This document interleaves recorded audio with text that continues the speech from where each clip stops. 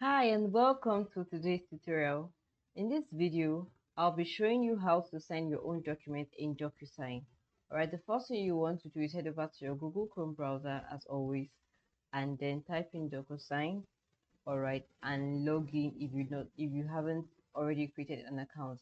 And if you have, the next thing you want to do is sign into your Docusign account.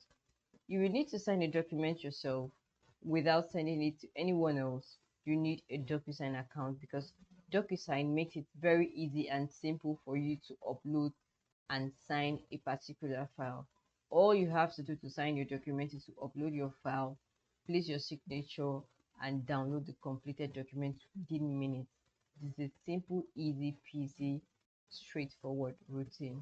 So the first thing you want to do is to log in like we already have done, and then head over to this page and click on start. On your own PC, it could reflect create. So just click on start, create, or sign a document.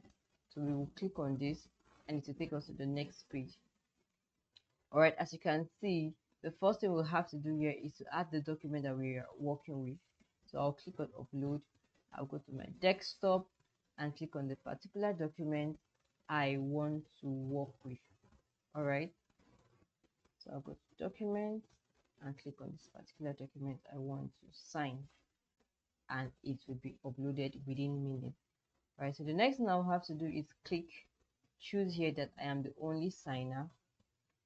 All right, and as you can see, the next few things, okay, the subject has already been labeled, so I'll have to type in the message I want to send across.